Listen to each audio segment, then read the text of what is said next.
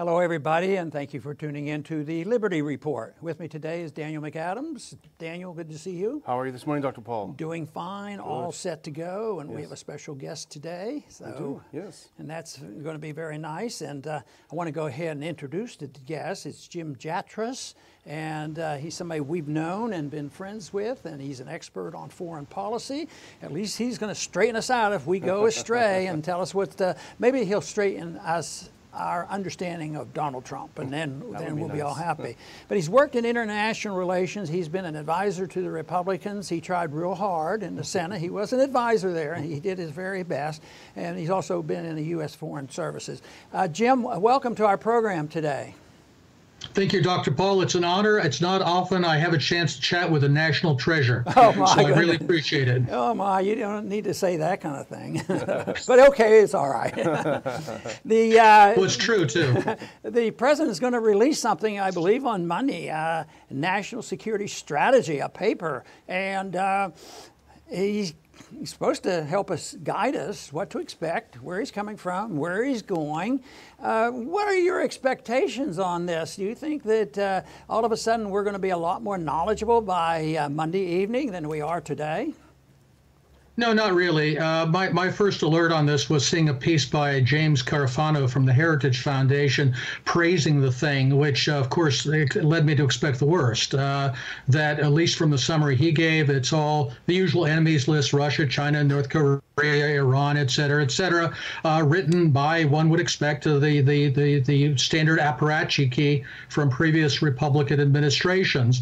I suppose that the good news there is that you also see some grousing and carping from some of the usual suspects, that it doesn't go as far as some of them would like, that it's less expansive in its rhetoric about transforming the world and promoting democracy and all that sort of thing you would expect from a bunch of Bush people, and even that H.R. McMaster, in particular, the National Security Advisor, doesn't feel that Trump is really quite with the program. He isn't saying all the right things. So I suppose there's a tiny little silver lining, but my expectations are quite low all overall. Very, very good, Daniel. You know, Jim, when we were talking before the show, you said something that I have to confess to, too.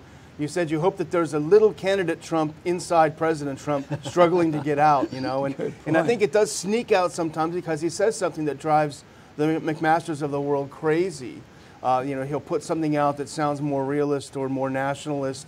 But someone else who went crazy, and we talked about this a little bit before we got started, is David Fromm. You know, he's unhappy. He doesn't like the tone because it's not sufficiently globalist. It doesn't have the this crusading view that George W. Bush had, that we're going to make the world safe. It doesn't have the going it together view that Obama had, the multilateralism. So in a sense, when you irritate Fromm, it does kind of make you feel a little happy, but I don't know, maybe there's not much there. Well, Daniel, we're grasping at straws, aren't we? You know, I was a very strong Trump supporter during the campaign. I endorsed him on March 6, 2016, largely because I was afraid that if Hillary Clinton got elected, we'd be looking at World War III at some very proximate point in time, with Russia, certainly, maybe also with China. The upsetting thing is that when you hear Trump talk off script, he still seems to sound the notes he did during the campaign. We need to get along with the Russians. Those deadbeats in NATO, if they're not going to pay up, let's get out of there. We're not going to guarantee their security. That very Fromm piece, he talked about how McMaster had put in an explicit reference to Article 5 in the North Atlantic Treaty, and Trump, at the last minute, omitted it from his delivered remarks. That kind of thing drives them nuts. On the other hand, you ask yourself, why are the appointees in his administration so uniformly bad? Why did he turn almost exclusively to people that agreed with nothing that he said during the campaign? And I don't have the answer to that. Maybe he figures you appoint the smartest and the best people, like you're appointing a hotel manager or something, somebody who's very successful, but you'd think you would take into account the person's documented views and whether they accord with the president's. You know, Jim, we just had an election on Tuesday, and it was rather exasperating for anybody who wants to see a decent discourse about what's going on. But one thing it pointed out to me was, you know, there's strong partisanism, this fighting and fuming and lying and demagoguing and dealing with that, and that becomes the whole issue. But when you think about it, if it had come to this issue we're talking about in foreign policy, they didn't debate that because there might not be that all much difference, on what they do. And if you think about it in terms of financial support in the military-industrial complex, they're not going to have this. And when a country gets into the shape that we're in today and we're bankrupt and all, they have to go looking for straws, what can we fight about? But do you ever feel a little bit frustrated with the fact that we always hope the Republicans will do better, we always hope they will have better foreign policy, but unfortunately the Congress, even if you hear a difference in sentiment, it seems like it's so bipartisan and so much controlled by the military-industrial complex and the Congress. How many votes do we get for asking for a change, in our foreign policy? Well, exactly right. I mean, look at the vote on the accession of Montenegro to NATO. We had 2 no votes. One was a certain Senator Paul from Kentucky, and the other one was, I believe, Bernie Sanders. Look at that sanctions bill they imposed on President Trump to put more sanctions on Russia, North Korea, and Iran, and made it essentially an encroachment on his powers to conduct foreign affairs. With regard to Alabama, I do note that Judge Moore, one of the things that he was excoriated for was that he said that he kind of liked President Putin. And in fact, you see some of the usual suspects accusing him of being, just like Donald Trump, a Russian puppet. So maybe he's not such a bad guy. Right. Jim, you touched on something that we've hit on the show quite a few times, and it's something that I pay a lot of attention to because it's frustrating. Where does Trump look to his foreign policy experts? And I had a little fantasy early on when he won that someone like Jim Jatras, who's had a full career in foreign policy and foreign affairs, could be considered an expert by so many people. Someone like Jim Jatras would get the tip, but it seems to be the same old people. There's a perception in the foreign policy community that if you're not for more of it, then you're not an expert, and it's very, very frustrating. And I see now we have sort of the we mentioned Carafano's piece, and this was in the national interest. This is the flagship of the realists. And the realists and the neocons in some ways seem to be sort of intermeshing and melding to see who's more muscular in their foreign policy. That's right, and that's where you even get the contradictions among Trump himself. Remember, even during the campaign, he was never you might say a doctrinaire non-interventionist. He never took that position. There was always the kind of ambivalence between his denouncing, for example, the trillions of dollars that we've wasted in the wars in the Middle East with this kind of Jacksonian muscularism. But if you put that in the context of an American national interest, what actually promotes the peace and security of the United States, and to use military force if necessary for that purpose, you don't necessarily come into a conflict between those two things. Because if you look at all of these wars of choice in the Middle East, or the one we may be facing on the Korean Peninsula, if things go terribly wrong, as they appear they might, we don't have any interests in those places. What interest do we really have in Crimea or Ukraine or the Caucasus or the Hindu Kush or any of these places where we've wasted so much blood and treasure and, let's be honest, killed so many hundreds of thousands of people, if not millions? Those are not American vital national interests. So even a Jacksonian, muscular Jacksonian, should not want to waste resources and an American political commitment in these places. Jim, Trump's been on 2 sides of the principles behind NATO. And of course, Robert Taft took a position. He didn't think NATO was a good idea a long time ago. And just give me your opinion about NATO. And if you say that, we really don't need it, what would the downside be? Is there a downside if we had stuck with some of his rhetoric during the campaign? It just ignored NATO and go our own way and just look at what is best for America. Yeah, I think we can come up with a compromise. I think we should admit Georgia and Ukraine to NATO, and we should pull out. That would be perfect. That would be perfect for everybody. Let the Europeans handle their own security. Of course, I think it was actually rather clever of him, assuming it was just being clever rather than simply the sum of his position, to say, if you deadbeats don't pay up, we're not going to defend you. Article 5 is a dead letter, because we know they're not going to pay up. They're not going to meet their 2%.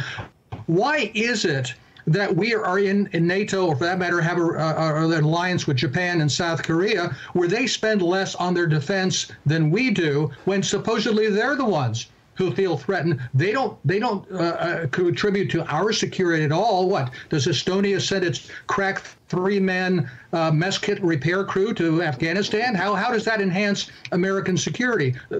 The fact is, these are all security consumers, assuming they face any threat at all, which certainly in Europe they don't. In the Korean Peninsula and Japan, I think it's a somewhat different situation, but it's not our problem as far as I can see.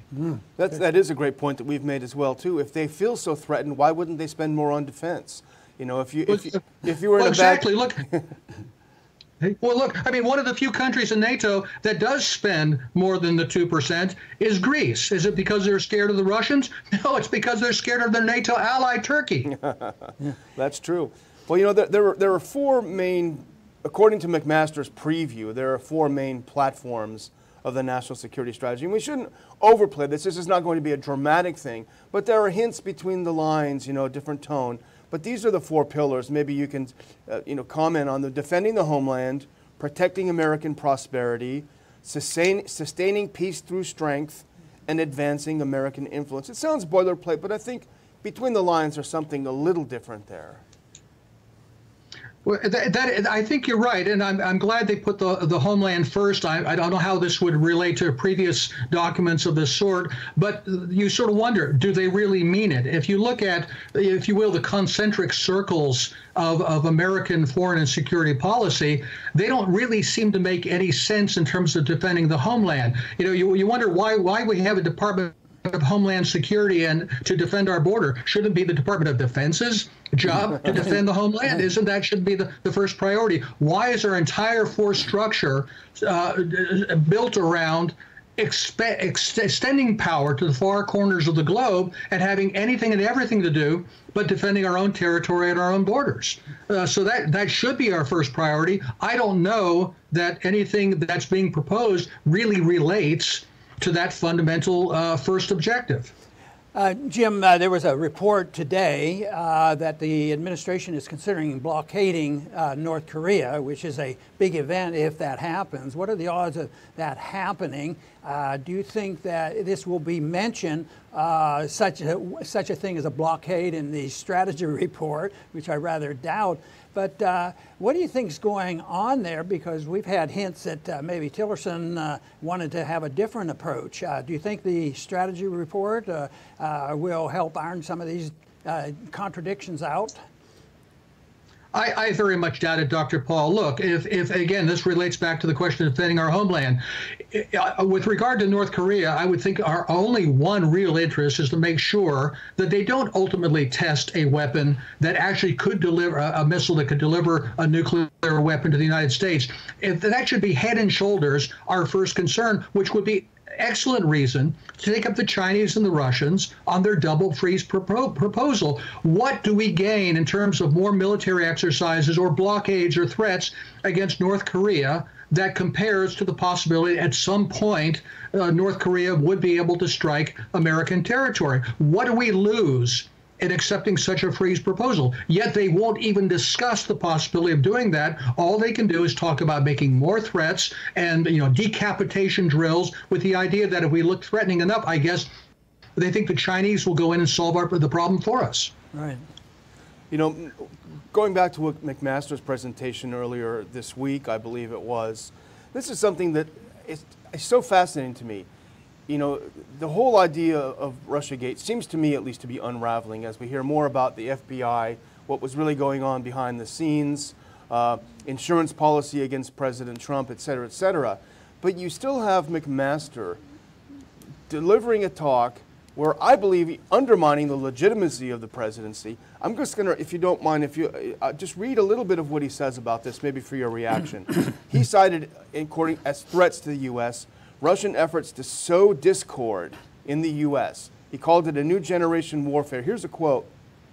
He talks about sophisticated campaigns of subversion, disinformation, and propaganda, using cyber tools, operating across multiple domains that attempt to divide communities within our nation and pit them against each other and try to create crises of confidence. What does that mean, Jim? Well, Daniel, it's gibberish. First off, sowing discord. Yeah, if it weren't for those Ruskies, we'd all be holding hands and singing Kumbaya here in this country. What a ridiculous thought. As far as disinformation, look, back when I was a Foreign Service officer, I served on the Soviet desk, the Office of Soviet Union Affairs, including what was then called Soviet Active Measures, disinformation. And the heart of that was unattributed sources with false information that then could be peddled in the general news community. It was the original fake news. What they've now turned it against is things like RT or Sputnik or anybody, or for that matter, Zero Hedge or the Ron Paul Institute. Anybody who disagrees with the official line is now going to be posted up on Hamilton 68 as a purveyor of disinformation, although nobody can show what anybody is saying there that is actually false. It's a complete, not only a perversion, but an inversion of the truth by, I think, who are the peddlers of real disinformation, which are a lot of people in the government and in the mainstream media. Jim, we're going to. Did you have a follow-up, No, Daniel? no, okay. No, we're going to have to wind this down right now, Jim. But I do have one question that I'd like to close with, and that is your opinion about empire. Do you ever use the term empire? Should that be applied to what we're doing? And if so, or even if you don't call an empire, how do we unwind this? This seems to be such a struggle. I think we all try to do that, but I just wondered about what your terms you use and whether using empire is an unfair term. No, I don't think empire, imperialism, any of those terms are at all out of place. They certainly are. Sometimes people will say, we're not really an empire because we're not like the British or the French empires in the 19th century. We're not just trying to grab resources and so forth. No, unfortunately, I think we're more like the Soviet Empire. We're an ideological empire where it's actually a net loss to our country, our people, in terms of prosperity, in terms of security, to basically try to impose instead of peace, progress, and socialism, like the Soviet Union had as democracy, human rights, and free markets as we define them. Maybe that is one of the slivers of hope in this document that people like Fromm are saying, where is that expansive language? Where is the great, pick up the white man's burden to go out there and civilize the rest of the globe with our enlightened values? I sometimes get the feeling, especially talking to friends who were originally from the Soviet bloc, that there's this weird inversion that's gone on where Russia in particular, but also I would say China, are more like conventional normal powers simply seeking to promote their national interest. But we're the ones that have become this bizarre kind of neo-Soviet ideological power with this great mission to foist upon the rest of mankind. If they've toned that down in this document, that is something to be thankful for. Very good assessment, Jim, and I want to thank you once again for being with us today, and appreciate that very much. And I would appreciate it, Dr. Paul. Good, and I'd like to thank our audience for joining us today, and please return to the Liberty Report soon.